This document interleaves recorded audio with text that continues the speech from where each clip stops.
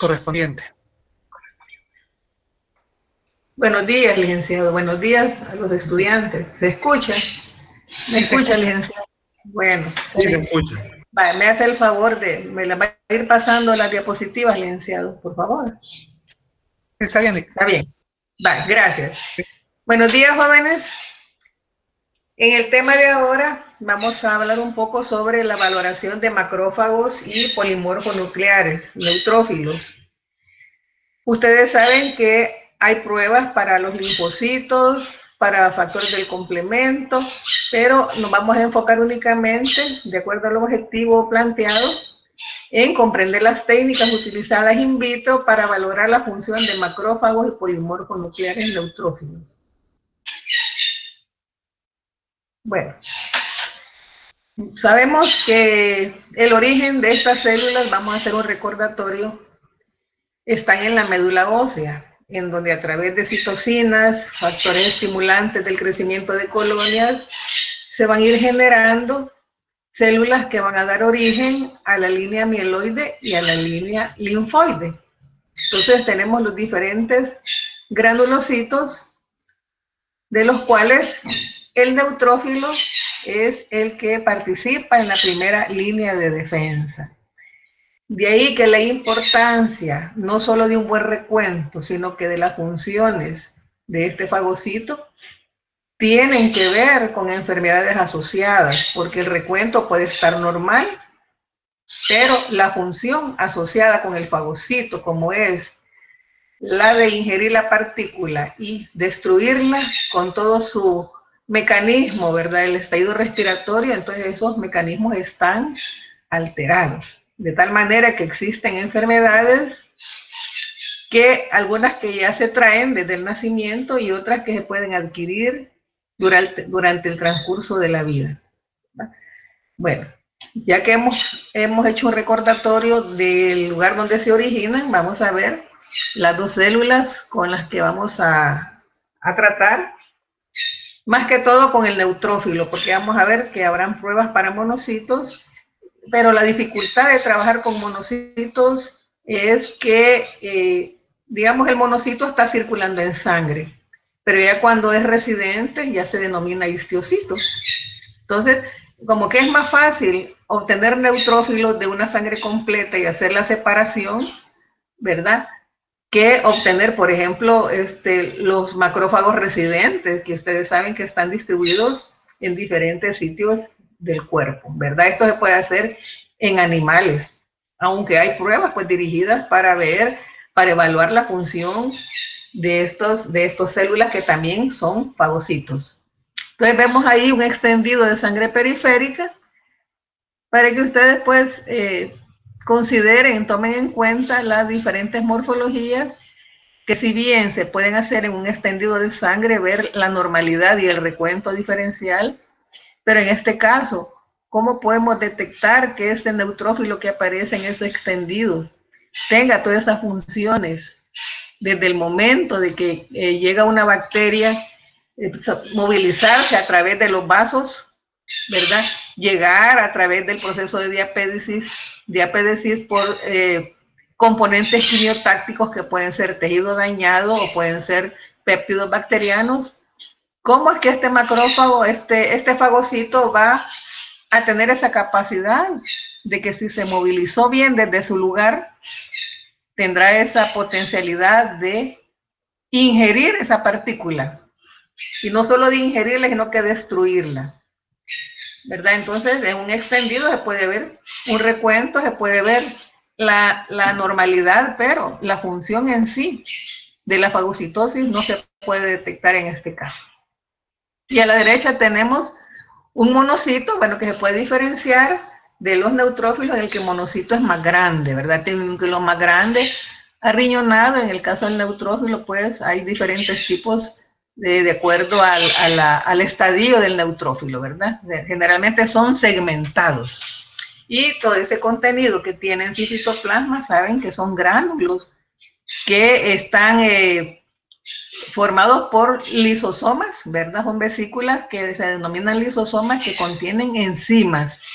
Todas estas enzimas se van a liberar cuando exista una partícula ingerida con el fin de destruir a ese patógeno.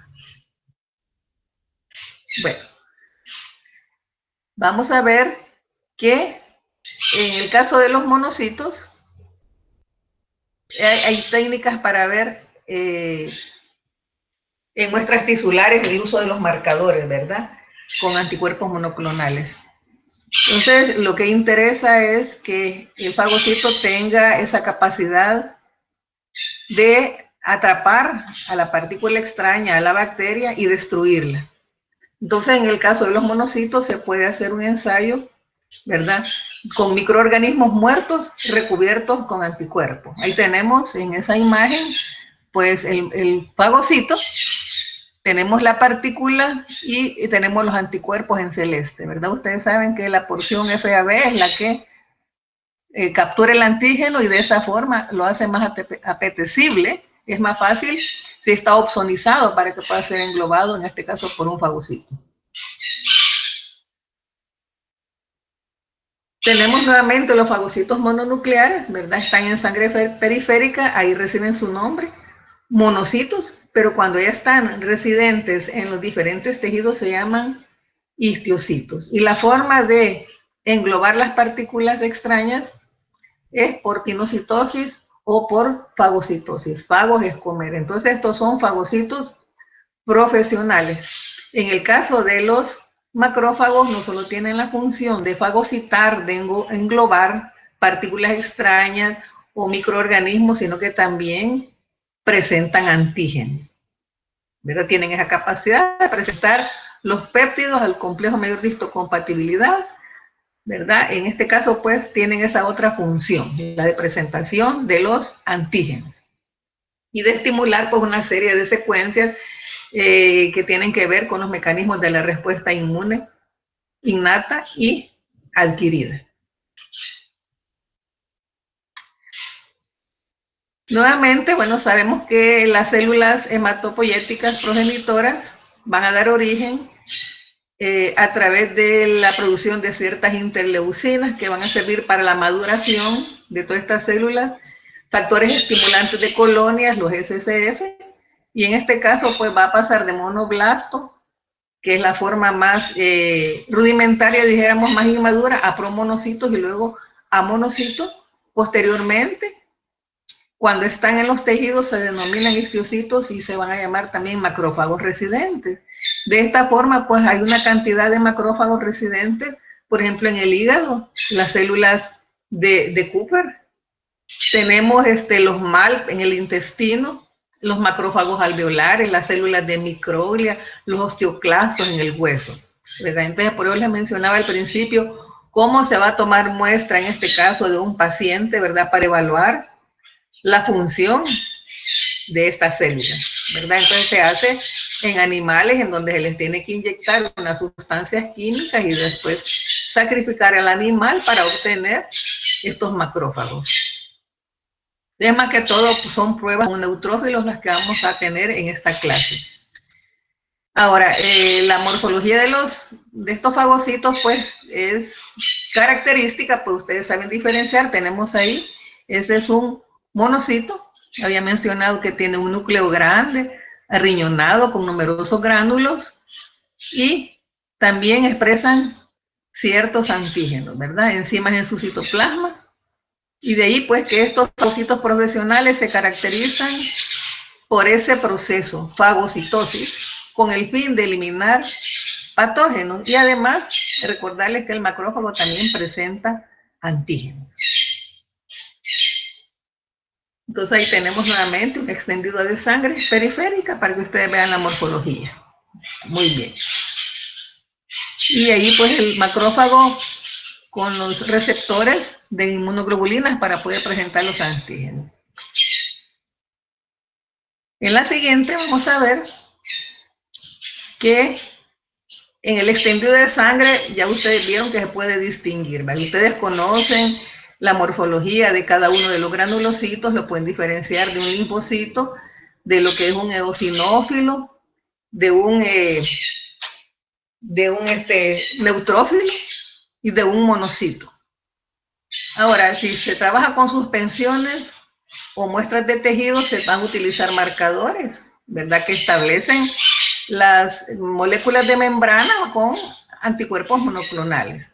También hay una tinción para monocitos, pero esta se ocupa en hematología y ver alguna anormalidad como las leucemias, por ejemplo.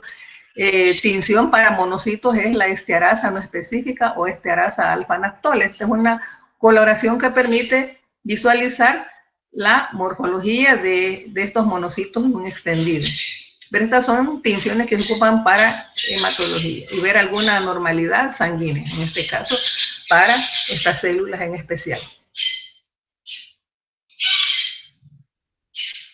Entonces hablamos de los antígenos específicos de diferenciación, los CD14, que se encuentran como moléculas de membrana, y en este caso, pues, la prueba para los monocitos sería evaluar el proceso de fagocitosis cuando se trabaja con partículas o microorganismos muertos por calor y los cuales van a estar recubiertos por anticuerpos. Y ahí tenemos, pues, cómo se tiene que separar, ya el licenciado les explicó cómo se separan, ¿verdad?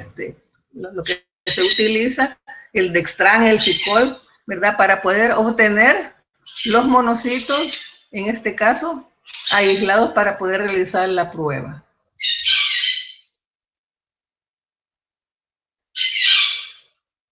Entonces, en el caso de las inmunodeficiencias primarias, ya se traen, ya el niño ya nace con esa anormalidad, por ejemplo, de producir alguna enzima, lo que le va a producir que padezca de infecciones repetidas.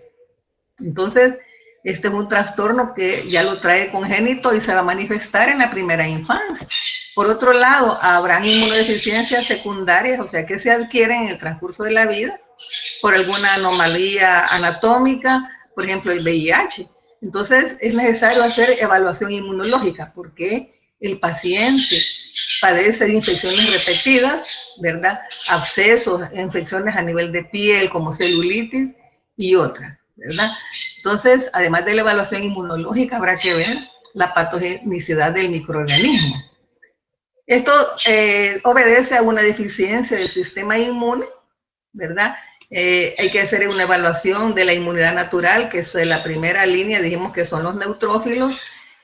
También cuando ustedes vieron la respuesta inmune innata, vieron todas las barreras que permiten una protección que ya se trae de nacimiento, ¿verdad? Entonces, habrá que hacer también evaluación de la respuesta inmune humoral, ¿verdad? Los niveles de anticuerpos y la celular de manera específica. Entonces, estas personas ya traen estas anomalías congénitas o pueden ser adquiridas durante el transcurso de la vida. Y esto pues predispone a infecciones a repetición, ¿verdad? Muchas veces con microorganismos patógenos.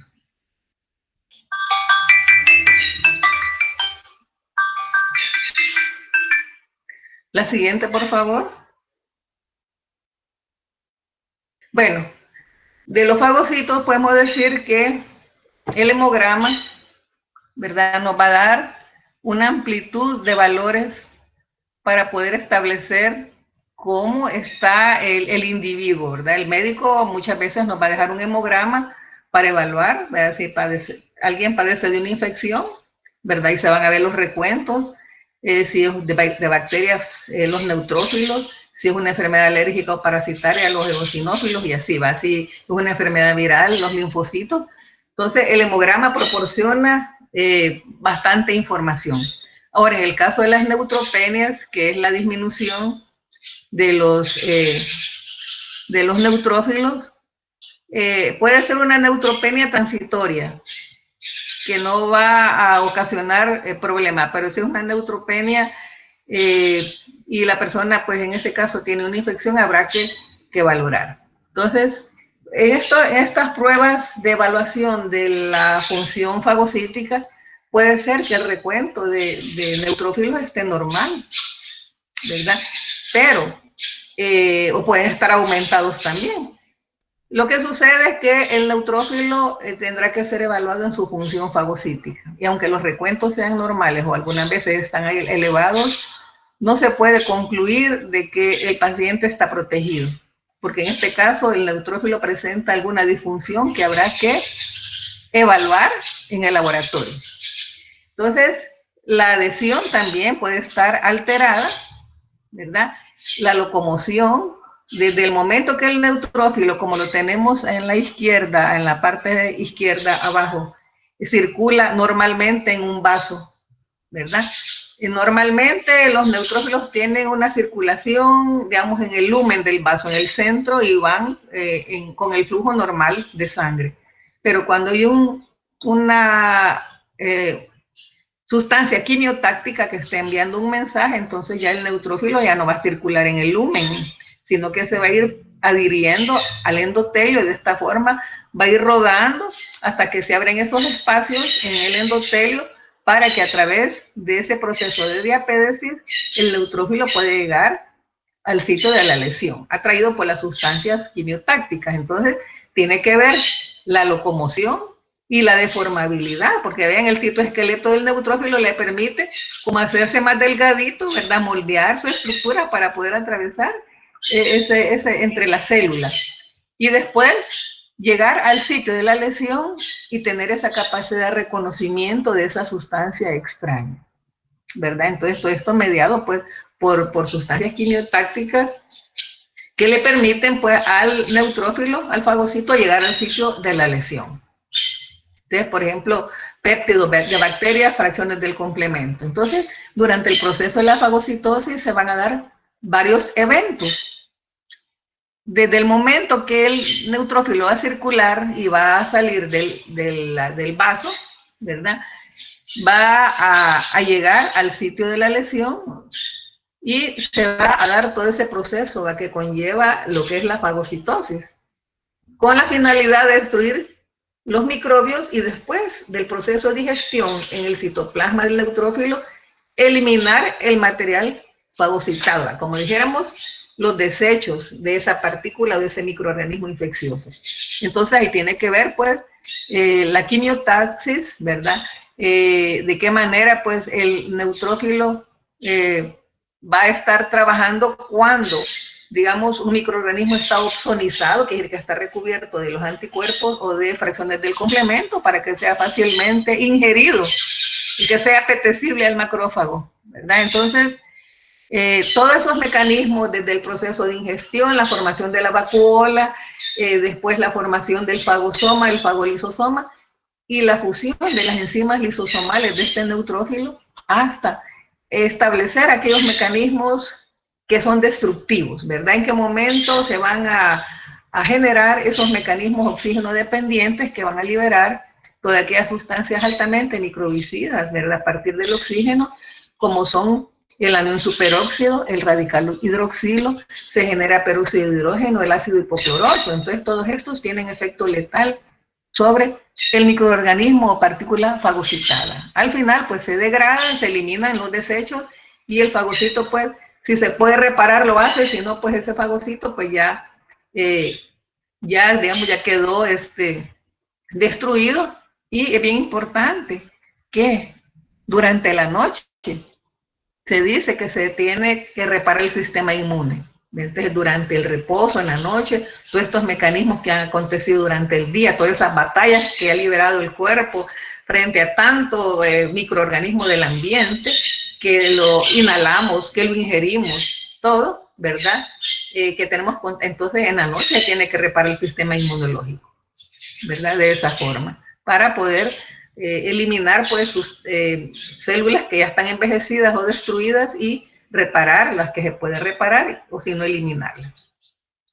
Entonces, hablamos de un mecanismo de homeostasia en este caso. Entonces, las células fagocíticas profesionales son los neutrófilos y los macrófagos, ¿verdad? Los macrófagos residentes, cuando circulan en sangre, pues duran poco tiempo, pues, pero los macrófagos duran más tiempo en los tejidos. Entonces, todos estos mecanismos de la diapédesis tienen que ver con la polimerización de lactina del citoesqueleto, tiene que ver, el fagocito no es una célula rígida, ¿verdad? Tiesa, dura, sino que tiene sus mecanismos de su citoesqueleto, le permite como moldear, ¿verdad? Esa salida a través del proceso de diapédesis. Ahora, en el caso de las opsoninas, pues la inmunoglobulina G y fracción C3b del complemento permiten que ese microorganismo recubierto por estas opsoninas sea fácilmente fagocitado. Acordémonos que estos fagocitos tienen receptores en su superficie para las inmunoglobulinas y fracciones C3b del complemento a través de este proceso de opsonización. Eso hace más fácil pues la ingestión, la fagocitosis. Tenemos nuevamente los neutrófilos, pues ya habíamos hablado que son derivados de la médula ósea, tienen una vida media en circulación y son la primera línea de defensa de las infecciones. Entonces, frente a las infecciones. Entonces vemos que normalmente circulan en la luz del vaso, ¿verdad? El flujo sanguíneo lo lleva, ellos se mueven a través de un movimiento browniano, que no es más que la circulación libre, y ellos únicamente pueden chocar contra las moléculas del plasma, digamos, del suero, del plasma en este caso, ¿va? Del líquido en el que están suspendidos estas células. Ahora, estos pueden migrar a espacios extravasculares, pueden salir del vaso cuando exista un factor que los atraiga, ¿verdad? Hablamos de las sustancias quimiotácticas. Y a través de todo esto, pues se produce todo aquel proceso de la inflamación, el edema, tiene que ver pues con la salida de todas estas células y la activación de otros mecanismos de la respuesta inmune. Veamos la siguiente. Entonces, recordando, pues el núcleo segmentado tiene un citoplasma rico en gránulos, ya hablamos del citoesqueleto. Estos gránulos son ricos en enzimas, ¿verdad? Entonces, estas dos células se llaman fagocitos profesionales. Tienen mucha movilidad, tienen mucha participación en la actividad fagocitaria. Entonces ahí tenemos nuevamente un neutrófilo arriba y un monocito en la parte inferior. Vean ustedes, el núcleo es diferente en cada uno de ellos. En la siguiente vamos a ver que la función de los neutrófilos puede tener un efecto cuantitativo y uno cualitativo. El cuantitativo, por ejemplo, un recuento diferencial, ¿verdad? Un recuento de neutrófilos a través de un extendido sanguíneo. Entonces pueden estar en niveles normales, hay niveles normales para adultos, para mujeres y para niños. Entonces, si los niveles están normales, eso no significa que el fagocito pueda estar funcionando adecuadamente, ¿verdad? O también cuando los recuentos normales están reducidos, ¿verdad? Si los recuentos normales están reducidos, quizás como que es más fácil como para superar esta situación, ¿verdad? Pueden estar reducidos porque hay una bacteria en ese momento, hay alguna infección, entonces lógicamente pues el número de neutrófilos ha bajado, ¿verdad? Entonces, si la función es normal, pero el número es insuficiente, ¿verdad? Ahí habrá que ver también qué ocurre. Entonces, y los trastornos neutrofílicos cualitativos se van a producir cuando el fagocito, el neutrófilo, puede estar en recuentos normales, su número normal, adecuado, pero la función microbicida no está siendo efectiva, ¿verdad? Entonces, un extendio de sangre no va a indicar que el fagocito esté con sus procesos adecuados, ¿verdad? Hay que probarlos en el laboratorio con las pruebas que ya les voy a, con los ensayos que les voy a explicar. Entonces, la función microbicida en este caso no es eficaz y se presenta en este caso en pacientes con esta anomalía que se llama enfermedad granulomatosa crónica. Entonces, ¿qué pasa? El fagocito está en su recuento normal, ¿verdad? Su morfología es normal, pero a la hora de ingerir un microbio, de ingerir una partícula, la fagocita, pero no se produce el estallido de respiratorio que tiene que ver con una enzima que va a activar, ¿verdad? Todos esos mecanismos de generación del peróxido de hidrógeno, del radical hidroxilo, del ácido hipocloroso, no se van a producir, ¿verdad? Entonces, se tiene la enfermedad granulomatosa crónica. Vean, esa niña es una niña, ¿verdad? Con estas lesiones, producto de infecciones a raíz de que los neutrófilos no están trabajando adecuadamente. Entonces hay infecciones repetidas a nivel de piel, hay abscesos, celulitis. Celulitis no es eso que produce obesidad, ¿verdad? Sino que son infecciones subcutáneas a nivel de tejido blando. Entonces, algunas de las pruebas para evaluar la función de estos neutrófilos, por ejemplo, cómo se evalúa la quimiotaxis, ¿verdad? En qué momento el neutrófilo va a tener esa capacidad de llegar al sitio de la lesión atraído por estos péptidos bacterianos o tejido dañado. Entonces, aquí hay varias pruebas, ¿verdad? Ustedes pueden buscar. Hay otros tipos de cámaras, pero quizás lo básico, ¿verdad? Son estas que les voy a explicar. Por ejemplo, la cámara de Boyden, la prueba en agarosa, hay prueba de orientación también, frente a una sustancia quimiotáctica, y sería una movilidad dirigida, o puede ser una movilidad al azar, donde no hay ninguna sustancia quimiotáctica, ¿verdad? Hay una prueba también de inhibición de la migración de los macrófagos, y la ventana cutánea de Revok. La ventana cutánea de Revok fue quizás una de las primeras, los primeros ensayos que se hicieron para evaluar la respuesta de estas células, la cual consiste en hacer una escoriación en la piel, ¿verdad? Una pequeña laceración, y se coloca una lámina portaobjeto, una lámina cubre objeto, perdón, y se va a ver la migración, es laminilla, la lámina cubre objeto, y se va a ver la migración de las células, cuáles son las que aparecen en primer lugar, ¿verdad? Se está tomando el tiempo y después se está viendo al microscopio cuáles son las células que aparecen en ese exudado obtenido de esa laceración, ¿verdad? Entonces estos fueron los primeros ensayos que se hicieron como para evaluar una respuesta inmune de estas células, de estos fagocitos. Entonces vamos a ver la fagocitosis por los polimorfos nucleares. También aquí se va a ver la movilidad, ¿verdad? La llegada al sitio de la lesión. ¿Cómo es que este fagocito puede reconocer a esa partícula extraña y se adhiere, ¿verdad? ¿Cómo es que la ingiere? ¿Cómo ocurre la degradación y la muerte intracelular? Y en estas pruebas no existen análisis estándar, ¿verdad? Sino que se han hecho estas pruebas, pero no se tiene un patrón de comparación. Entonces, en algún momento, pues, alguien puede hacer esta prueba, pero no va a comparar con otra para decir si está bien el resultado o no está bien. Vamos a ver la siguiente. La evaluación de la fagocitosis. Bueno, aquí no se puede evaluar, ¿verdad? Un recuento de glóbulos blancos, la morfología o la no producción por la médula ósea de granulocitos, ¿verdad? Y las leucopenias, la disminución de granulocitos, ¿verdad? Entonces, esto puede influir, ¿verdad? En la fagocitosis puede influir, ¿verdad? Un recuento de glóbulos blancos bajo, cuando la médula ósea no está produciendo los granulocitos y cuando hay trastornos leucopenias, ¿verdad? Entonces, solo se va a ver la morfología, se va a hacer el recuento.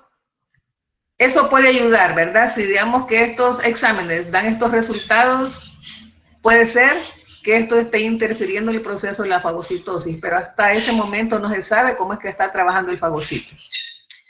Ahora, el índice de la fagocitosis, aquí se hace un ensayo con un Staphylococcus aureus, una cepa especial, ¿verdad? También el ensayo morfológico, la actividad bactericida de este fagocito. Se hace la prueba también de nitroazul de tetrazolio, que esta es una prueba cuantitativa y cualitativa, y también la quimioluminiscencia. Entonces, para evaluar el índice de fagocitosis se hacen todas estas pruebas también. Bueno, en la siguiente, en la prueba de la quimiotaxis, bueno, se va a ver la movilidad del fagocito. ¿Qué tan competente es de atravesar? Porque ahí puede ser que el neutrófilo esté en sus recuentos normales y su estructura, su apariencia, pero es un neutrófilo perezoso, ¿verdad? Entonces, el movimiento browniano es aquel que tiene el neutrófilo en la luz del vaso, ¿verdad? Se va moviendo, circula, ¿verdad? Con el torrente sanguíneo y únicamente choca con el líquido en el que está suspendido. En este caso, pues, todos los factores que contiene la sangre. Y el movimiento quimiotáctico es otro movimiento, ¿verdad? Que también se puede ensayar en estas pruebas, que es aquel en el cual el neutrófilo va dirigido hacia el sitio en donde exista una sustancia quimioatrayente, ¿verdad? Entonces, puede ser en la quimiotaxis dirigida o puede ser al azar.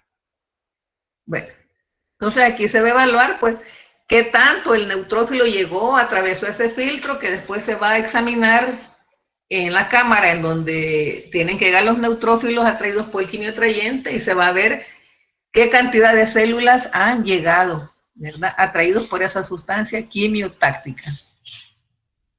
Entonces aquí se va a ver la movilidad, dirigida o al azar. Entonces hay factores quimiotácticos, por ejemplo, los factores del complemento, son factores quimiotácticos, los péptidos, ¿verdad? Fibrinopéptido B, producido a través de la fibrinolisis, endotoxinas de microorganismos, ¿verdad? Aquellas bacterias gram negativas que tienen la endotoxina en su pared celular. Hay factores quimiotácticos de linfocitos y los leucotrienos también, en este caso el LTB4, que participa en los mecanismos de la inflamación y que es producto de la degradación del ácido araquidónico. Entonces, todos estos son factores quimiotácticos que pueden producir atracción de los neutrófilos al sitio de la lesión. Esto es en el paciente, ¿verdad? Ahora, las pruebas para movilidad al azar, aquí se tienen, bueno, este es un proceso, ¿verdad? Se extrae la sangre, después se hace la separación de los neutrófilos, ¿verdad? Para quitar todos los glóbulos rojos y otros componentes sanguíneos. Entonces, los neutrófilos se tienen en esa concentración 5 por 10 a la 6 en una solución de albúmina humana al 0.1%. Entonces, vean ustedes a la derecha, esos capilares para microhematócrito son los que se van a utilizar para esta prueba. Entonces, se coloca esta solución de neutrófilos y se pone en una cámara y luego pues se va a tener una atmósfera, ¿verdad? Para permitir la migración de los neutrófilos. Entonces, se observan a intervalos de 1 hora y se va a medir los milímetros de desplazamiento. Esta es la movilidad al azar. Vean ustedes que no hay ninguna sustancia quimioatrayente. Bueno, ahora, cuando hay estímulos quimiotácticos, en el otro era movilidad al azar, ¿verdad? Nada más el movimiento de los neutrófilos, cómo migran a través de ese tubo capilar. Pero cuando hay sustancias quimioatrayentes, entonces aquí se va a evaluar el movimiento, la locomoción a través de esta cámara de Boyden. Entonces se utiliza un filtro que tiene un tamaño de poro de 3 micras. Entonces aquí se va a comparar pues cómo migra el neutrófilo hacia la sustancia que lo está atrayendo y se hace la evaluación de cuántas células han atravesado al filtro para poder llegar a esa sustancia quimioatrayente. Entonces se llama cámara de Boyden. Vamos a ver, hay una imagen de la cámara de Boyden. Entonces puede ser que esta cámara tenga multipozos para varias pruebas o como a la izquierda solo tenga dos compartimientos, el superior y el inferior. Entonces, en la parte superior de ambos modelos, ¿verdad? Están las células, los neutrófilos ya purificados y aislados, que están en cafecito más oscuro, y abajo está la sustancia quimioatrayente, sustancia a probar. Vean que en el centro hay una línea más oscura que es el filtro, ¿va? Con ese tamaño de poro adecuado. Entonces, se colocan las células frente a la sustancia quimioatrayente separadas por un filtro, se incuba, se deja transcurrir el tiempo y después se va a evaluar la cantidad de células que migró, ¿verdad? Desde la parte superior hasta la inferior, atraída por esa sustancia quimio atrayente, ¿verdad? Entonces se hace el contagio de células con un microscopio, ¿verdad? Un microscopio de luz corriente, ¿verdad? Bueno, veamos. Entonces, esto requiere algún tipo de cuidado para realizar esta prueba porque se debe tener un poro estandarizado del filtro, ¿verdad? Porque no pueden haber tamaños de poro de filtro de diferente dimensión, porque entonces no es uniforme el resultado. Entonces, ¿qué también disposición tiene la persona que está en el laboratorio para cuantificar los neutrófilos? El cuidado que debe tener para hacer ese recuento, vean ustedes, con un microscopio de luz corriente, ¿verdad? Se pueden perder células, ¿verdad? Que quedan atrapadas en el filtro también, ya quedaron retenidas. Entonces, ¿cómo estandarizar el número de células a emplear y que los suplementos que tenga el suero, pues, donde se extrajeron los neutrófilos, sea uniforme, ¿verdad? Entonces, estas son las dificultades que representa esta prueba. Veamos la siguiente. Esta es la cámara de Boyden. Entonces, también está la cámara de Sigmund, parecida a esta técnica. Hay otra prueba que es la de la agarosa, en la cual se utiliza un gel como el que se trabaja en las pruebas de inmunodifusión. Este es un método adicional, ¿verdad? Aquí se compara una sustancia quimioatrayente y se tiene un buffer que no tiene ninguna sustancia que pueda atraer los neutrófilos. Sería como un patrón de comparación. Entonces vean ustedes que en la plaquita puede ser en una lámina portaobjeto, en este caso una plaquita de Petri, con 3 pocitos, igual que las pruebas de inmunodifusión, en donde se coloca la sustancia quimiotáctica en la parte superior derecha y en la sustancia no quimiotáctica, que puede ser un buffer, que es el control. Y abajo están las células a ensayar, ¿verdad? Los neutrófilos. Entonces, este nombre que está acá, el N-formil, metionil, leucil, fenil, alanina, es una sustancia quimioatrayente que se ha sintetizado, ¿verdad? Es una síntesis que se hizo en el laboratorio y se ha visto que es un buen quimioatractor de estos neutrófilos. Entonces se colocan cada una de las sustancias con las células a ensayar, se incuba a 37 grados centígrados por 2 horas, ¿verdad? Entonces, aquí estamos evaluando, se está evaluando la movilidad dirigida, ¿verdad? En donde está la sustancia quimiotáctica, ¿verdad? Y la movilidad al azar, ¿verdad? Que no hay ningún quimioatrayente ahí, ¿verdad? Entonces, se dice que esta prueba puede sustituir a la cámara de Boyden. Entonces, de una vez están analizando los 2 tipos de movilidades, al azar y la movilidad dirigida, en la prueba de la agarosa. Y esto aquí, pues, se van a medir las distancias, ¿verdad? Para obtener los resultados se van a medir las distancias, ¿verdad? Desde el centro del pocito hasta el lugar donde llegó la migración de los neutrófilos, ¿verdad? Se va a ver así como cuando se hace una prueba de inmunodifusión. Entonces, desde el centro de cada uno de los pocitos donde se colocaron las sustancias quimioatrayentes, si hubo migración, pues se va a medir hasta dónde llegó la migración. Y como es un gel transparente, pues bien se puede ver ahí la línea, ¿verdad? Bueno. ¿Tienen preguntas, jóvenes? Ahorita no hay preguntas. Bueno, la cámara de Sigmund es una prueba de orientación muy parecida a estas también, pero aquí se tienen 2 pocitos, ¿verdad? Hay un puente de 1 milímetro de ancho, se tiene un quimioatrayente y un buffer de control. Entonces, se colocan en los pocitos, digamos, como que estuviéramos viendo una lámina portaobjeto de perfil, y ahí se ven las hendiduras que son los pocitos. Entonces, se colocan las sustancias a probar y las células, vean, en el centro están las sustancias a probar, el buffer, el quimioatrayente, y a cada uno de los extremos están las células también, ¿verdad? Entonces, se coloca una lámina o laminilla, cubre objeto, ¿verdad? Laminilla, se incuba la preparación a 37 grados centígrados y se dejan 30-40 minutos.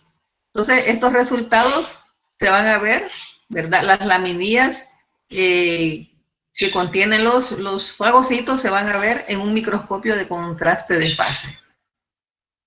Entonces aquí también pues se está viendo un quimio atrayente y un buffer de control.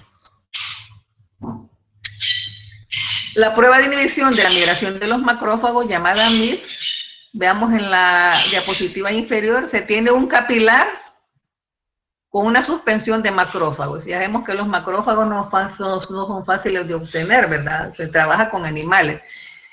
Se tiene un capilar con una suspensión de macrófagos y se tiene una placa de Petri que tiene un antígeno y un agar. Entonces ahí se ha mezclado el antígeno en el agar. Se coloca el capilar y en el caso de la derecha, si hay un factor que inhiba la migración de los macrófagos, no se van a desplazar. A la derecha no ha habido desplazamiento, que salieron los macrófagos del tubo capilar. A la derecha sí se ve un abanico, esa parte oscura, en donde sí el macrófago pudo migrar, porque no había ninguna sustancia que inhiba la migración de estos macrófagos. Bueno, veamos la siguiente, por favor. Ahora, les mencionaba, ¿verdad? Estos macrófagos son obtenidos de células, se inyecta una sustancia química a nivel intraperitoneal, ¿verdad? Y luego se obtiene el exudado. Entonces, en el medio se van a ocupar linfocitos y un antígeno, ¿verdad? En la plaquita. Entonces, ahí se va a ver el factor anti-inmigración de macrófago. Si no ha habido una inhibición en la migración, se va a ver ese penacho, va como lo veíamos, un abanico, ¿verdad?, de la migración del macrófago. Y la ventana cutánea de Rebook que les mencioné, y son de las primeras pruebas que se hicieron. Se hace una pequeña laceración en la piel, se coloca una laminilla encima y el exudado, ¿verdad?, va a llevar células, ¿verdad? Se va a dejar 24 horas, se va a estar cambiando cada 2 horas y se va a estar evaluando microscópicamente la presencia de las células. ¿Cuáles son los primeros que llegan? Llegan los polimorfos nucleares neutrófilos, ¿verdad? Y los macrófagos llegan después a las 6 horas, ¿verdad? Entonces, por eso les mencionaba que la primera línea de defensa son los neutrófilos polimorfos nucleares. Los macrófagos llegan después. Bueno, esta es la ventana cutánea de Rebook. Veamos, el fagocito también tiene esa capacidad para reconocer a la partícula extraña y hacer un acercamiento y poderla adherir para después internalizarla en su citoplasma, ¿verdad? Ahora, ¿qué ocurre con estas pruebas de reconocimiento y adherencia? Bueno, como que no son muy de utilidad, ¿verdad? ¿Qué interesa conocer que el fagocito tenga receptores para el complemento, receptores para inmunoglobulinas y que tenga estos receptores para hacer un buen mecanismo de opsonización? Y con esto, lógicamente, se aumenta la fagocitosis, ¿verdad? Entonces, estas pruebas no son de utilidad, ¿verdad? Se sabe que hay glucoproteínas de membrana en los fagocitos, que hay receptores para inmunoglobulinas y para fracciones del complemento, ¿verdad? Pero no son de mucha utilidad práctica. Vamos a ver. En la siguiente que tenemos, entonces aquí, recordándole, ¿verdad?, que la célula fagocítica va a tener mayor capacidad, ¿verdad?, cuando la célula, digamos, a la izquierda, una bacteria puede ser, esté opsonizada, y vean ustedes el anticuerpo en esa forma de Y, ¿verdad? La porción FAB se ha unido a los determinantes antigénicos de esta partícula. Pueden ser también fracción del complemento. Entonces, de esta forma, la célula fagocítica va a realizar mejor su proceso de englobamiento y de digestión, ¿verdad? Cuando hay anticuerpos y fracciones del complemento opsonizando o recubriendo a esa bacteria, por decir algo. Ahí se aumenta la fagocitosis. Por eso es que los anticuerpos, ¿verdad?, frente a alguna enfermedad, van a hacer que la persona esté protegida, ¿verdad? Porque se aumentan todos estos procesos. Vamos a ver en la siguiente. Entonces, les decía las moléculas de adherencia, que son receptores de membrana de nuestros fagocitos, van a estar en los granulocitos, en los monocitos y algunos linfocitos. Ahora, ¿cómo caracterizarlos? Pues por citometría de flujo, ¿verdad? Con el uso de marcadores o por técnicas como inmunofluorescencia para detectar todo eso CD, esos marcadores de superficie que están, estas moléculas de superficie que están en estas células. Entonces, esta prueba no es de mucha utilidad, ¿verdad? Como para detectar cuáles son las moléculas de membrana que tienen los fagocitos, ¿no? Quizás es más importante en los otros mecanismos, ¿verdad? Los procesos ya de ingestión y de estallido respiratorio. Bueno, en la siguiente vamos a ver, se podría determinar estos receptores de los fagocitos para la fracción FC de la inmunoglobulina G y para fracciones del complemento. Si se hace una prueba, ¿verdad? Se tienen los eritrocitos recubiertos de esta inmunoglobulina y complemento y se tienen eritrocitos recubiertos para poder determinar en el fagocito si hay unión, ¿verdad? Entonces, ¿qué ocurre acá? Se van a formar rosetas como tenemos aquí a la derecha. A la izquierda tenemos los diferentes receptores que tiene el fagocito en su superficie. Entonces, perfectamente, utilizando glóbulos rojos, ¿verdad? Recubiertos con estos componentes que se van a investigar en el fagocito, se puede hacer una reacción, ¿verdad? Para formar las rosetas. O también se puede utilizar la técnica de inmunofluorescencia con anticuerpos monoclonales, como se los había mencionado, para determinar la presencia de estas moléculas de membrana, ¿verdad? O receptores de los fagocitos. Ya son otras técnicas más especializadas. Ahora, si se tiene un suero libre de complemento y de anticuerpo, ¿verdad? Que no vayan a interferir, se puede hacer la prueba de ingestión y ver después la posterior muerte celular. Entonces, para ver la muerte celular, estos sueros tienen que estar libres de complemento y de anticuerpo. Y aquí tenemos nuevamente el fagocito, pues que va a tener más capacidad de destrucción si está la partícula o bacteria recubierta por anticuerpos. Entonces el macrófago en este caso está más fácilmente a fagocitar, ¿verdad? Ya con estas moléculas o bacterias o partículas opsonizadas. Bueno.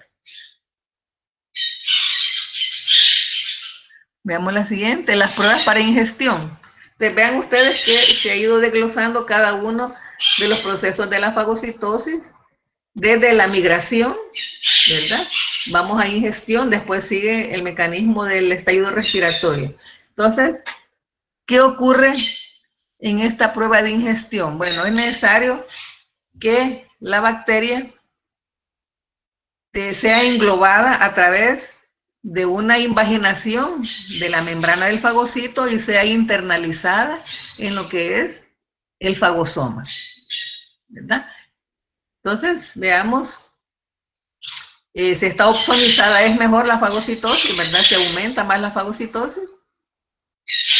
Y luego, pues, el neutrófilo en este caso la engloba, la ingiere y la lleva a lo que es una vacuola. El microorganismo puede estar adentro de la vacuola, ¿verdad? O sea, aquí hubo una buena ingestión, ¿verdad? Del fagocito, ¿verdad? No hubo problema en la ingestión, pero el microorganismo puede permanecer vivo adentro de la vacuola. Entonces, hay deficiencia en la formación del fagolisosoma, o sea que las enzimas no van a lograr destruir a ese fagosoma. De esta manera, pues, el microorganismo puede quedar vivo.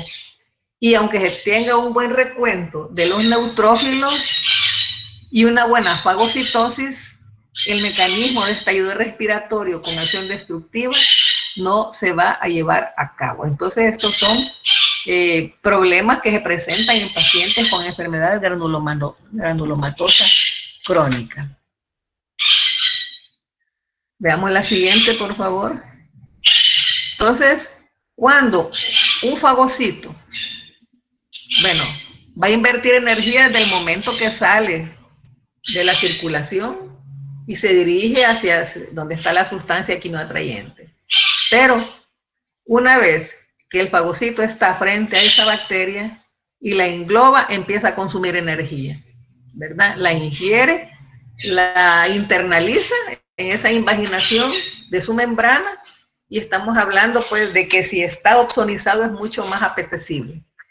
Ahora, todos estos mecanismos consumen energía, de tal manera que cuando se habla de quimioluminiscencia, todos estos procesos de la fagocitosis van a dar cierta luminosidad por parte del fagocito que pueden ser detectadas a través de esa técnica.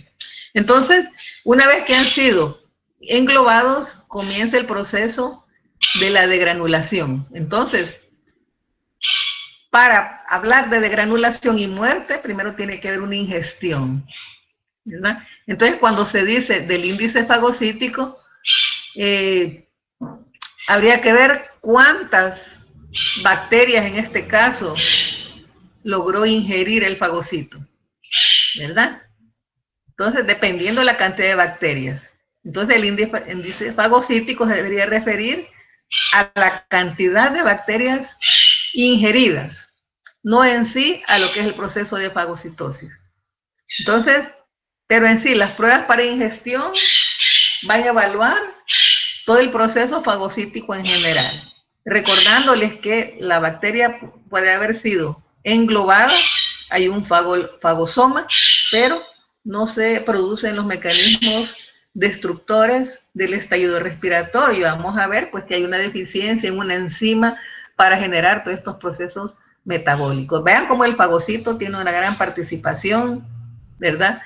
Aparentemente, bueno, decimos el neutrófilo es una célula sencilla, pero vean todo el trabajo que tiene que realizar. Bueno, ahora, se va a determinar la capacidad de captación de los neutrófilos, ¿verdad? ¿Cuántas bacterias ha captado el neutrófilo, ¿verdad? Pueden ser partículas nativas u opsonizadas. Ya vimos que la opsonización favorece la fagocitosis y la aumenta. Entonces, se puede hacer un cálculo directo de la captación de las partículas, ¿verdad? Adentro del fagocito, cuántas partículas captó, o se puede hacer un cálculo indirecto que es cuántas partículas quedaron en el medio, ¿verdad? Y digamos que habían, por decir, mil bacterias en esa suspensión, ¿verdad? Donde se está trabajando. Entonces, se cuentan las que quedaron en suspensión, ¿verdad? No las que tiene el fagocito en su citoplasma. Ese sería un cálculo indirecto, o sea, la eliminación de las partículas del medio o el cálculo directo. ¿Cuántas partículas o bacterias tiene el fagocito en su interior? ¿Verdad? Entonces se puede hacer un cálculo pues de esta forma. Ahora, veamos los métodos de cuantificación de la ingestión. Entonces, hay técnicas que son cuantitativas, ¿verdad? Por ejemplo, cuenta directa al microscopio de luz. Estimación de la reactividad unida a las células, ¿verdad? Cuando el fagocito ingirió una partícula radioactiva se puede medir, ¿verdad? Estos valores. También la medición de un lípido que se tiñe. El fagocito adquirió un lípido y después este se extrae y se tiñe. O análisis mediante citometría de flujo cuando las células son marcadas, ¿verdad? Con medios fluorescentes. Entonces, de esta forma se pueden cuantificar la ingestión de partículas por parte del fagocito. Vamos a ver en la siguiente cuáles son las desventajas de estos análisis. ¿Cómo saber que esas partículas que están adheridas están adentro del fagocito o solo están en la superficie? Adheridas, no han sido internalizadas, ¿verdad? También las opsoninas van a incrementar la ingesta, ¿verdad? Entonces, aquí puede falsear el resultado, ¿verdad? No es en sí el fagocito el que tiene esa capacidad fagocítica, sino que haya opsoninas ayudando en ese proceso, ¿verdad? Entonces, los sueros con reactantes de fase aguda. Entonces, hay una serie de proteínas de fase aguda que van a mediar estos mecanismos, ¿verdad? Cuando llega una partícula extraña, hay infecciones, entonces todas estas se liberan, ¿verdad? Para mantener la homeostasia. La agitación constante de esta prueba, ¿verdad? Cuando está haciendo la prueba, está haciendo una agitación, se pueden desprender células o bacterias, ¿verdad? De los fagocitos. También el tipo y tamaño de las partículas que se van a ensayar. Si son partículas de látex, si son bacterias. Y la proporción entre partículas y células. Saber qué cantidad de neutrófilos vamos a poner para X cantidad de células o de bacterias, ¿verdad? Para que haya una relación de equiparamiento, ¿verdad? No van a haber más bacterias y unos 3 neutrófilos ahí, ni viceversa. Entonces, estas serían las desventajas de estos análisis. En la siguiente, vamos a ver las pruebas para degranulación. Vean cómo vamos con la fagocitosis, ¿verdad? La sustancia quimiotáctica, bueno, llegó, se produjo la ingestión a través de la membrana formando una vacuola, ¿verdad? Entonces, las pruebas para degranulación, una vez que el microorganismo, la bacteria o la partícula está en el citoplasma, se formó el fagosoma, ¿verdad? Entonces, este fagosoma es derivado del citoplasma de la célula y también va a englobar a la partícula que acaba de ingerir. Luego que se ha formado el fagosoma, están todos los gránulos en el citoplasma del fagocito que contienen enzimas, las enzimas lisosomales. Entonces, ¿en qué momento va a haber una degranulación? Bueno, cuando los lisosomas se funcionan con el fagosoma y va a formar, ¿qué? El fagolisosoma. Entonces, aquí el fagocito nuevamente vuelve a invertir energía, es un proceso activo, ¿verdad? Todos estos mecanismos consumen energía y el contenido lisosomal se va a, las lisosomas se rompen y en esta forma tendría que destruir al microorganismo ingerido, ¿verdad? Pero cuando hay deterioro de las vías metabólicas normales, vean que el fagosoma quedó intacto con el microorganismo dentro. Entonces no hubo una fusión fagolisosomal. Y esto también tiene que ver con una vía metabólica normal que va a estimular la transferencia de un electrón, ¿verdad?, al oxígeno para formar radicales altamente microbicidas que no se van a producir en este caso cuando está el metabolismo de esta vía de la glucosa, de la hexosa monofosfato está alterada. Vamos a ver en la siguiente. Entonces vean que el microorganismo fue fagocitado, se formó el fagosoma, pero ahí están las enzimas lisosomales que no se pudieron liberar. Hay una prueba de laboratorio que se llama fagocitosis frustrada y esto nos va a estar indicando que hay un síndrome de disfunción de neutrófilos.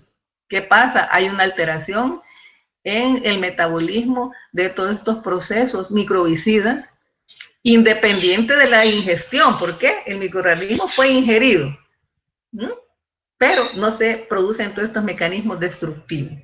Entonces, esta prueba de fagocitosis frustrada lo que indica es que se tiene una plaquita de plástico en la cual en el fondo se le han adherido o inmunoglobulina G o complejos inmunitarios. Entonces se fija la gamma globulina o complejos inmunes al fondo, se fijan con calor para que no vayan a despegar, porque después van a agregar los neutrófilos. Vean ustedes ahí, en el fondo están los componentes, la gamma globulina, inmunoglobulina G o complejos inmunes, y encima se le colocan los neutrófilos. Y vamos a ver por qué es fagocitosis frustrada.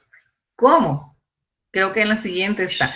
¿Cómo estos complejos inmunes o esta inmunoglobulina no puede ser internalizada, ¿verdad?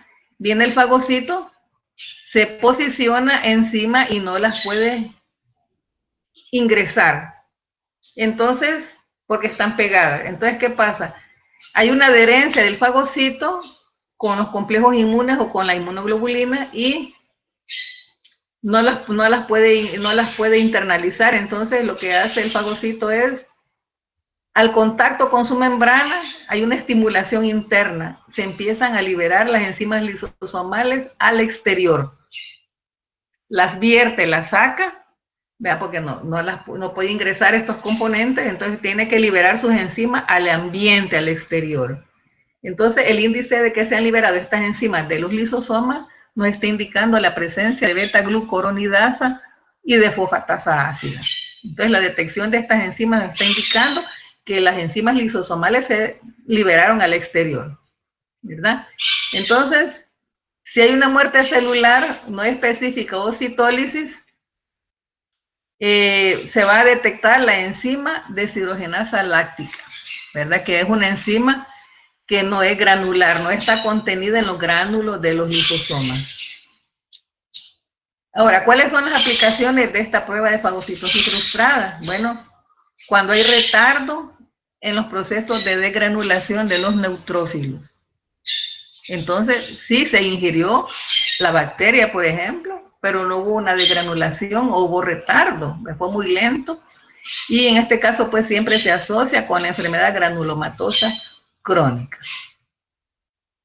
Entonces, a estos pacientes se les tienen que hacer todas estas pruebas para ver la funcionabilidad de los neutrófilos. En la siguiente, vamos a ver las pruebas de muerte intracelular. Entonces, ¿cuál es la función primaria del neutrófilo?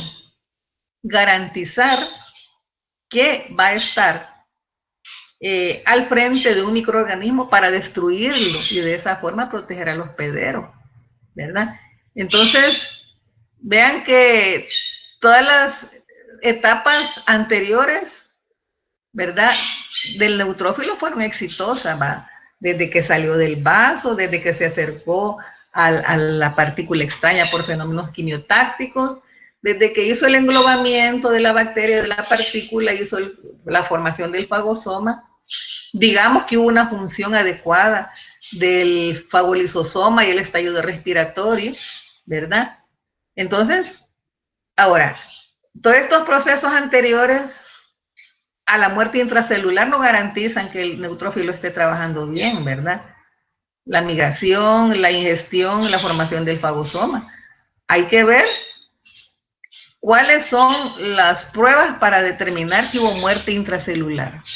Que realmente el fagosoma se unió con los lisosomas, se activaron los mecanismos del estallido respiratorio a través de las enzimas y que al final la bacteria fue destruida y que se eliminaron los desechos. Entonces, de esta forma el neutrófilo está garantizando que el hospedero, al hospedero lo está defendiendo con estos mecanismos microbicidas, ¿verdad? Entonces, en el cuadrito vemos nuevamente pues todos los pasos de la fagocitosis sintetizados, porque puede ser que ustedes vean otra lámina donde hayan más, pero aquí nos interesa ver los principales. Entonces, ¿cuáles son los sistemas antimicrobianos de los neutrófilos? ¿Verdad? Ahí los tenemos, la lactoferrina, las catepsina G. Todos estos mecanismos tiene el neutrófilo para poder enfrentarse a los microbios, ¿verdad? Los radicales hidroxilo, el anión superóxido, todos estos mecanismos dependientes del oxígeno. Entonces, todo este es el arsenal que el neutrófilo tiene para poder establecer la defensa a cualquier agresión. Entonces, aquí tenemos, por ejemplo, cuáles son las pruebas para determinar la muerte intracelular. ¿Qué tan potente es el fagocito para destruir al microbio que fue fagocitado, que fue internalizado? Entonces, tenemos la prueba de reducción del nitroazul de tetrasolio, que es una sustancia color amarillo, soluble en agua, pero cuando está reducido, se transforma en un color azul negro y se llama formazán. Y entonces, ¿cuál es el fundamento de esta prueba? De esta prueba se tiene prueba cuantitativa y se tiene prueba cualitativa. El fundamento es que el nitroazul de tetrasolio, en presencia del oxígeno, ¿por qué estamos hablando de oxígeno? Porque se está evaluando la función microbicida del neutrófilo, cuando se activan los mecanismos dependientes del oxígeno. Entonces, en presencia de oxígeno, se reduce a formazán. Quiere decir que adquiere un electrón, ¿verdad? Se reduce, ¿verdad? Entonces, al ser reducido, se va a depositar dentro de las células como partículas insolubles de color azul negro. Entonces, aquí tenemos en la diapositiva todas estas granulaciones de color azul negro, es lo que se denomina formazán, ¿verdad? Entonces, ¿qué ha ocurrido acá? Esta es una prueba que garantiza que el neutrófilo está trabajando, está funcionando bien con sus mecanismos microvicidas dependientes del oxígeno, ¿verdad? Entonces, se tiene que cuantificar también. Entonces, cuando no se da esta prueba, debido a que el neutrófilo no tiene sus mecanismos metabólicos dependientes del oxígeno, no se van a producir estas partículas insolubles de color negro. Aquí quiere decir que ya se tiene aquí el formazán. A partir de la reducción, por la reducción, ¿verdad? Tiene que ver con transferencia de electrones. Bueno, entonces vamos a ver, hay pruebas cuantitativas y cuantitativas. Puede ser una partícula, puede ser partículas de látex o cualquier otra, ¿verdad? Entonces, si se quiere cuantificar, ¿qué se va a hacer con este resultado? Todas esas partículas de formazán se van a extraer con un solvente que se llama piridina. Y luego se va a hacer un ensayo por fotometría para ver la concentración del formazán. Entonces, la reducción del metroazul de tetrazolio es una prueba cuantitativa. ¿Por qué? Porque se va a medir la cantidad de formazán producido. Y esto se va a dar cuando hay explosión respiratoria, ¿verdad?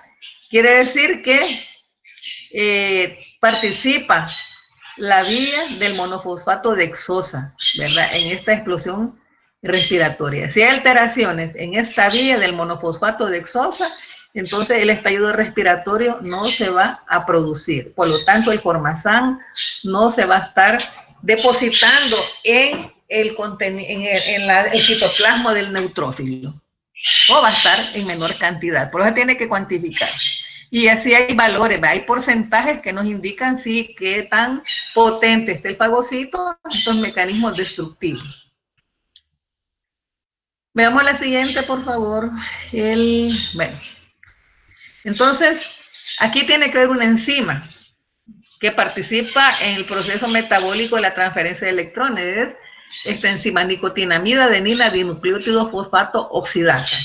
Si hay deficiencias en esta enzima, no se produce ese mecanismo del estallido respiratorio, entonces no se dan todos esos procesos destructivos en el interior del fagocito. Entonces, las personas que padecen de enfermedad granulomatosa crónica tienen defectos en esta enzima, ¿verdad? Entonces, tiene que ver pues el incremento del consumo de oxígeno, ¿verdad? A través de esta enzima, por la vía del hexosa monofosfato, y de ahí, al consumirse el oxígeno, ¿verdad? Por esta vía, se van a formar esos radicales destructivos, el peróxido de hidrógeno, el anión superóxido, el ácido hipocloroso, el radical oxidrilo, ¿verdad? Entonces, como es cuantitativa, se tiene que medir, cuantificar el colorante reducido que se llama formazán.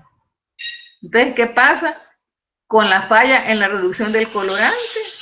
Que hay menos porcentaje o no se produce la reducción del colorante, hay una alteración en estos procesos metabólicos dependientes de esta enzima por la vía de la monofosfato hexosa, que tiene que ver con la transferencia de un electrón al oxígeno para formar todos estos radicales microvicidas. Ustedes saben que el peróxido de hidrógeno es una sustancia altamente microvicida, de ahí se derivan el radical hidroxilo, el anión hipocloroso, el ácido hipocloroso y esos aniones superóxidos, ¿verdad? Entonces, todos estos hacen que sea posible que adentro del fagocito se destruya el microorganismo y después se eliminen los desechos.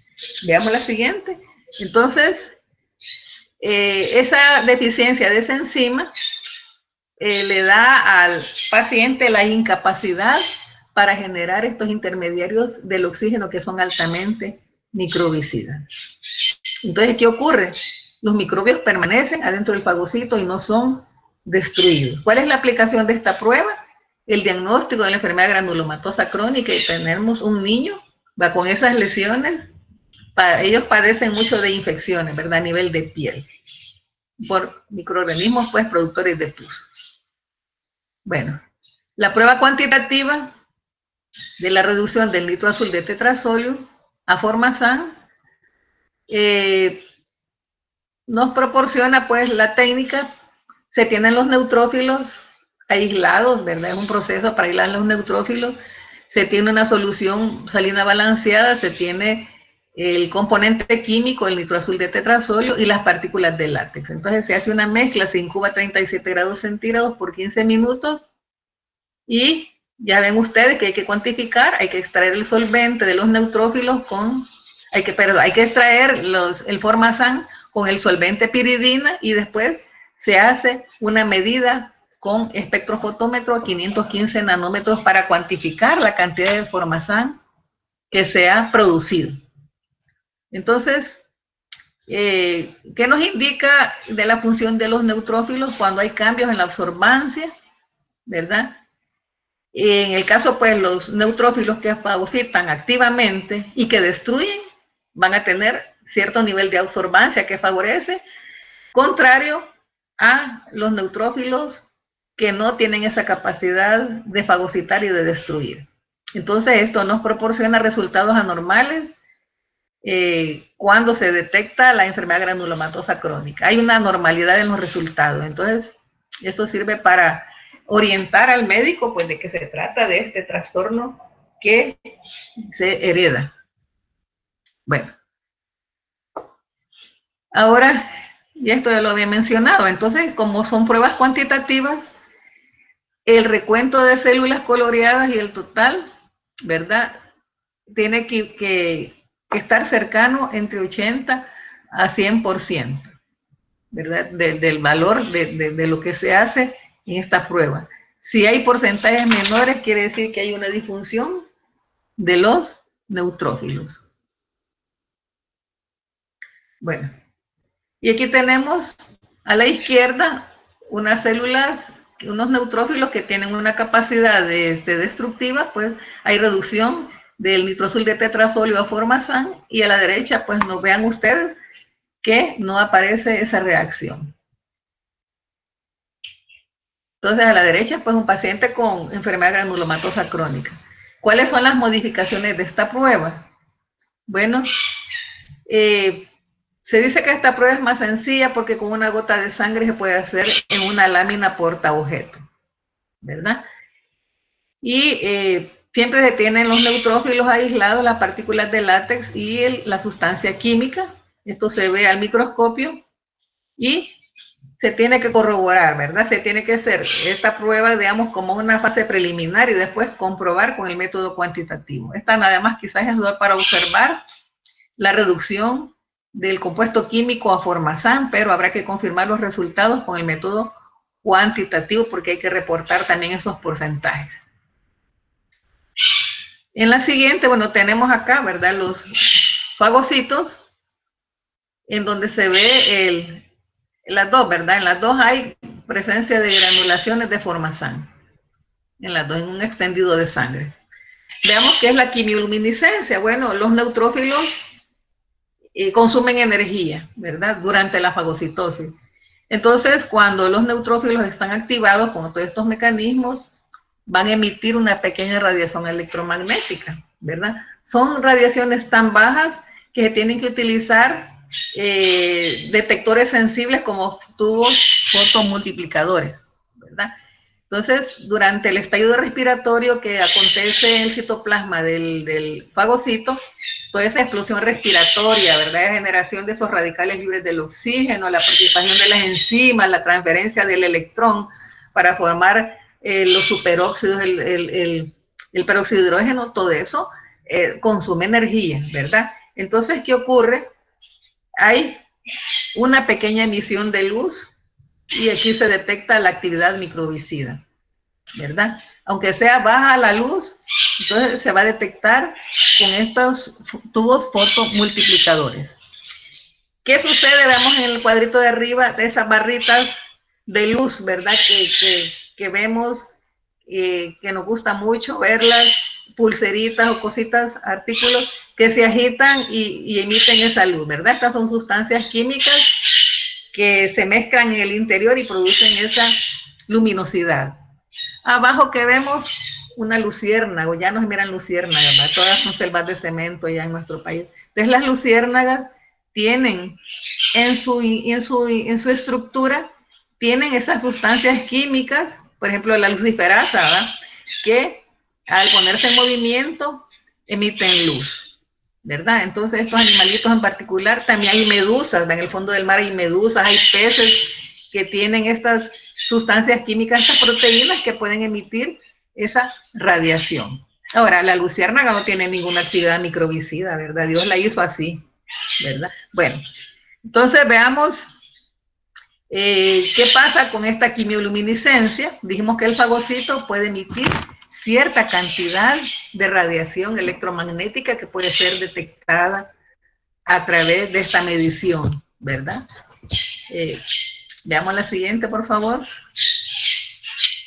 Entonces, ¿qué ocurre acá? Se incluyen los neutrófilos con solución salina. Se pueden poner partículas de látex, ¿verdad? Porque aquí se está viendo siempre el estallido respiratorio. Se le pueden poner partículas de zimosan, que el zimosan es un glucano, ¿verdad? Que se encuentra, digamos, en las superficies, por ejemplo, de hongos y levaduras, ¿verdad? Son unidades repetidas de glucosa, el zimosan. Entonces se ponen estas partículas con los neutrófilos en solución salina incolora, ¿verdad? Y se ponen en frascos de centelleo. Se le puede agregar luminol, que va a intensificar las emisiones de luz. Este es como para aumentar, ¿vale?, la intensidad de la luz, porque el macrófago, el fagocito, emite pequeña intensidad de luz. Entonces, para potencializar, se le agrega el luminol y se van a emitir la emisión de los fotones. Quiere decir que en el caso de los neutrófilos van a emitir esa luminosidad, y esto significa que cuando los electrones acceden a las capas superiores del orbital, cuando bajan de regreso, ¿verdad?, a su capa inicial, van a emitir esa energía que se traduce en esa luminosidad, pero en este caso es bien baja. Entonces, ¿cómo se hace el recuento de esa luminosidad? En CPM, que es conteo por minuto. Entonces, la lectura se hace en un contador de centelleo cada 10 minutos, ¿verdad? Intervalos de 2 minutos está viendo ese CPM, ese conteo por minuto. En la siguiente, veamos. Entonces, aquí se correlaciona la emisión de luz con la actividad microbicida, ¿verdad? O sea que si hay intensidad de luz, hay presencia de luz, de luminosidad, va a haber actividad microbicida.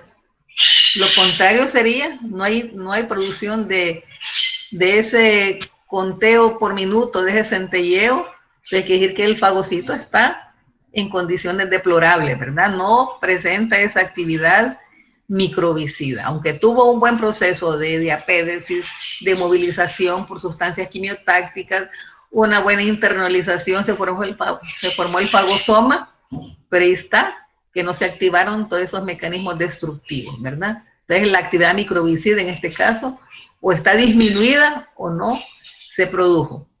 Y esta prueba sirve siempre para detectar a pacientes con enfermedad granulomatosa crónica o portadores, ¿verdad? Los portadores no tienen una enfermedad manifiesta, ¿verdad? Como en el caso de las personas que sí ya están declaradas con las infecciones. Entonces, también se pueden detectar pacientes deficientes de otra enzima que contiene los fagocitos, que es la mieloperoxidasa, que también tiene que ver con estos procesos destructivos. Ahora, este ensayo de quimioluminiscencia es mucho más sensible que la prueba con nitroazul de tetrasolio. Y como que es menos complicada, ¿verdad?, que la otra. Ahora, la ventaja es que se puede utilizar sangre total, ¿verdad? No hay que estar separando los neutrófilos ni haciendo suspensiones con otros componentes, sino que la sangre total. Y se va a utilizar menos cantidad de células. Y entonces ya dijimos que es para pacientes con enfermedad granulomatosa crónica o portadores. También es una técnica cuantitativa, la quimioluminiscencia, puesto que se está midiendo el nivel de emisión de esa luminosidad, de esa radiación. También evalúa la disfunción de neutrófilos, ¿verdad? Disfunción es el neutrófilo está en un recuento normal, su morfología está bien, puede fagocitar, pero no mata. Y entonces hay una disfunción, ¿verdad? ¿De qué sirve que estén los neutrófilos y fagociten y que está opsonizado y no mata? Pues ingirió el microbio y lo dejó, no lo dejó. Entonces, bueno, detección de portadores de esta enfermedad. Entonces, ¿qué pasa con esta otra prueba, la citometría de flujo? Posterior a la ingestión por parte del fagocito, tiene que haber una explosión oxidativa. Ya mencioné los mecanismos destructivos, ¿verdad? Entonces, está el peróxido de hidrógeno, el anión superóxido, todos esos que ya les mencioné. Entonces, estos están adentro, ahí se generan adentro del fagocito. Entonces, para esta citometría de flujo, hay un componente, hay una fluoresceína, un fluorocromo, que es el diacetato de 2'7 diclorofluoresceína.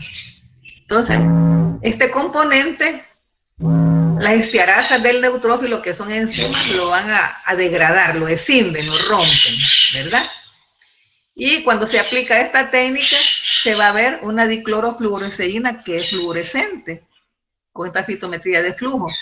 Entonces, también hay otro colorante que es la dihidrorodamina, que funciona de la misma manera, ¿verdad? La estearasa, el fagocito, la va a degradar y entonces va a producir una fluorescencia que es medida con citometría de flujo. Entonces, saben que en la citometría de flujo hay gráficas, ¿verdad? Que se detecta pues diferentes pruebas. Vamos a ver, las aplicaciones van a ser la detección rápida, sensible y reproducible. Quiere decir que aquí no va a haber variación, como cuando se hacen otras pruebas, que hay que ver la cantidad de células, los niveles de componentes. No, aquí van a ser reproducibles, ¿verdad? Siempre que se haga bien la prueba, la técnica, no va a haber variación en los resultados. Puede variar entre pacientes, ¿verdad? Pero en los resultados, entonces, es rápida, muy sensible. Y vean que sustituye la prueba de nitroazul de tetrazolio y también es aplicable para pacientes con esta enfermedad granulomatosa crónica o los portadores. Hay pruebas de este tipo que se pueden aplicar a otras enfermedades, ¿verdad? Pero en este caso, pues estamos viendo la función microbicida en este caso, para estos pacientes que padecen de infecciones repetidas.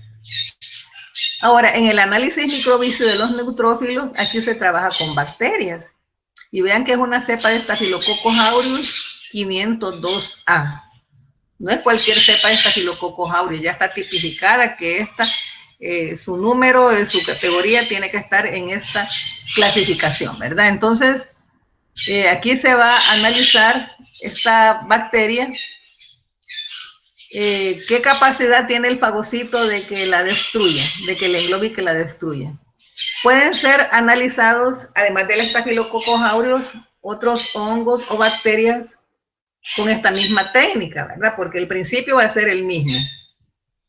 Entonces, para trabajar con esta bacteria siempre es importante, así como cuando veíamos en el antibiograma, ¿verdad? Tiene que ser una cepa de reciente crecimiento, que no sea una bacteria vieja ni tampoco muy joven, sino que tiene que estar en su fase exponencial, en donde está más receptiva. Todos sus mecanismos metabólicos están funcionando de la manera adecuada, ¿verdad? Entonces tiene que ser cultivo de una noche, tiene que estar en su fase exponencial. Y aquí se trata de equilibrar que por lo menos existan 5 bacterias por neutrófilo agregado. Entonces esto tiene que estar estandarizado. Entonces igual, aquí no se trabaja con sangre completa, sino que los neutrófilos, se prepara la sangre, se separan los neutrófilos, hay sustancias para separar pues las células y entonces se tienen los neutrófilos ya listos, ¿verdad? Entonces, ahora, si hay eritrocitos presentes, hay que agregarle el cloruro de amonio para destruirlo, ¿verdad? Y permitir que solo queden los neutrófilos para que no interfieran en la prueba. Ahora veamos, cuando se va a trabajar, se van a colocar las bacterias, los neutrófilos y las opsoninas. Entonces, las opsoninas ya se tienen preparadas también a concentración adecuada. ¿Por qué se ponen opsoninas? Bueno, porque facilitan la fagocitosis. Y como aquí, además de la fagocitosis, se tiene que evaluar la capacidad microbicida del neutrófilo. Entonces, se tiene, digamos, que analizar una alícuota que va a servir como patrón, ¿verdad? Bacterias, neutrófilos y opsoninas, analizar una alícuota a tiempo cero. ¿Por qué? Porque esta nos va a servir de patrón de comparación. Después, a los 30 minutos, se le va a agregar antibiótico, porque aquí se tiene que ver el efecto del antibiótico en la bacteria, porque también tenemos que comparar el efecto destructivo del fagocito. Entonces, se le agregan antibióticos para matar a la bacteria. Entonces, se van a analizar alícuotas a los 30 minutos, a los 60 y a los 120 minutos, a las 2 horas, ¿verdad? Se van a ver los microorganismos ingeridos. ¿Ya? Entonces, después que el fagocito ha ingerido los estafilococos, se va a tener otros procedimientos, se van a alisar, o sea, se rompen los fagocitos para liberar a los estafilococos y después determinar si están vivos o están muertos, ¿verdad? Entonces, de esta forma, pues se va a ver la capacidad microbicida de los estafilococos ingeridos. ¿Qué tanto el fagocito pudo activar todos estos mecanismos destructivos? Ahora, ¿qué pasa? ¿Cómo se tendría que comprobar que los estafilococos quedaron vivos dentro del neutrófilo o fueron destruidos? Bueno, sembrando los neutrófilos con las bacterias, ¿verdad? Junto con las bacterias lisadas, perdón, con los neutrófilos lisados, las bacterias se siembran en un medio de cultivo adecuado y hay que ver si creció el estafilococo. Entonces, la muerte de las bacterias está ausente cuando los neutrófilos provienen de un paciente con enfermedad granulomatosa crónica, por todo lo que les expliqué, ¿verdad? Pueden haber resultados intermedios en pacientes portadores heterocigóticos que no van a transferir esta enfermedad a su progenie. Entonces, valorar la ingestión microbiana por el neutrófilo antes de realizar esta prueba, ¿verdad? Entonces, antes de realizar esta prueba de destrucción microbicida, hay que ver si el fagocito también puede internalizar y formar el fagosoma, porque si no se puede interpretar de otra forma, ¿verdad? Se puede interpretar como que el fagocito no destruyó los estafilococos y resulta que ni siquiera los pudo fagocitar, ¿verdad? Por lo que se tiene que valorar primero la ingestión, la capacidad fagocítica del neutrófilo. Porque después se lisan los neutrófilos y se siembran y no creció. Y puede ser que no los haya ingerido, no los pudo ni siquiera fagocitar. Entonces aquí tenemos en esta gráfica, en las ordenadas, bueno, la cantidad ¿cómo se llama? De microbios versus el tiempo en las abscisas. Si ven ustedes, en la gráfica del centro, es un paciente con enfermedad granulomatosa crónica portador. En la de arriba, que vean, no hubo ningún cambio, se mantuvo casi horizontal. Es un paciente con enfermedad granulomatosa crónica y vean que en la gráfica inferior, cómo fue decreciendo la cantidad de microbios en el tiempo después que se expusieron, ¿verdad? Entonces fue bajando el nivel, ¿verdad? Fue bajando el nivel de bacterias, ¿verdad? A medida que fue transcurriendo el tiempo. Este es un paciente normal. ¿Por qué? Porque los mecanismos microbicidas están en perfectas condiciones. ¿Cuáles son las aplicaciones? Bueno, volvemos a lo mismo, al tipo de paciente, ¿verdad? Ahora, habrá que distinguir cuando hay una fiebre, vamos donde el médico y entonces muchas veces nos puede dejar, quizás, hágase un hemograma para ver si los niveles de neutrófilos están bajos, ¿verdad? Y ahí empezar a evaluar el origen de la fiebre, ¿verdad? Entonces puede ser de origen bacteriano. ¿verdad? Porque también estas personas con esta enfermedad granulomatosa crónica padecen de inflamaciones, ¿verdad? De fiebre. Entonces habrá que evaluar, ¿verdad? Si es de origen bacteriano o no. ¿Qué sucede con estas personas? Pues constantemente están padeciendo de infecciones bacterianas, con mucha frecuencia y con bacterias patógenas. Ahora, en el caso de los trastornos de la función de los neutrófilos, se tiene este síndrome de Chidiac-Higachi, que es la imposibilidad de formar la unión fagolisosomal. Entonces, si los lisosomas no se unen al fagosoma, no hay estallido respiratorio, ¿verdad? Entonces, pueden haber deficiencias en la adherencia también, siempre en pacientes con trastorno de enfermedad granulomatosa crónica. El síndrome de Joe o de Howe, en donde hay exceso de inmunoglobulina E, ¿verdad? Entonces también este trastorno de la función de los neutrófilos hay deficiencia de mieloperoxidasa, que es otra enzima producida por los fagocitos, y se puede dar también la función de los neutrófilos en niños prematuros, ¿verdad? Que su sistema inmunológico en los recién nacidos no está desarrollado, y los niños prematuros pueden ser muy susceptibles también a infecciones.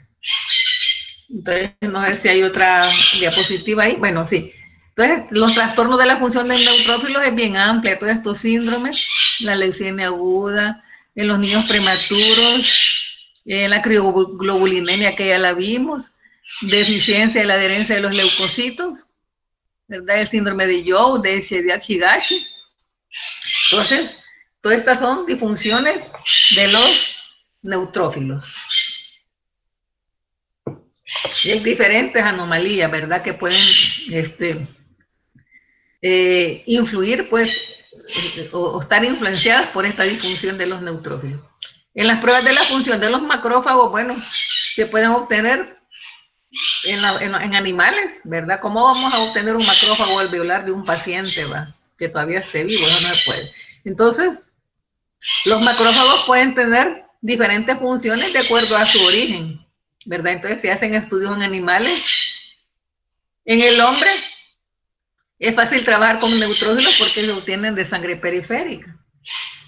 Se puede trabajar con monocitos de sangre periférica también, ¿verdad? Porque mientras no esté en el tejido, ¿verdad? No es un histiocito todavía. Ahora, a los animalitos se les puede aplicar sustancias químicas vía intraperitoneal, por ejemplo, el glicógeno, el aceite mineral, caseína o caldo de tiolicolato. Entonces, se va a valorar la respuesta a quimiotaxinas y a linfocinas, ¿verdad? Ya trabajando con linfocitos. Entonces, también estos macrófagos tienen la capacidad de destruir porque tienen enzimas, o sea que el neutrófilo y el macrófago son los fagocitos profesionales. Tienen la capacidad de destruir, ya me dio tos, niño, mucho hablo, la destrucción de células blancas, células dianas, una célula o una bacteria, esa es la célula objetivo, ¿verdad? Entonces, otra función que tienen los macrófagos es la presentación del antígeno, pero en esta clase se ha valorado, pues, la función fagocítica, todo el proceso que conlleva, pues, la destrucción de microbios. Jóvenes, aquí tenemos la bibliografía, pero también yo le voy a hacer llegar al licenciado un documento, ustedes lo pueden buscar, pero si ustedes quieren, yo lo voy a mandar, que ver cómo se llama, por aquí lo tengo anotado. Creo que se llama, que es el capítulo de ascites, en donde está bastante material del cual saqué la clase. Ya me dio tos. Se lo voy a mandar quizás con el licenciado, pero se llama Documentos ascites, ya les digo cómo se llama.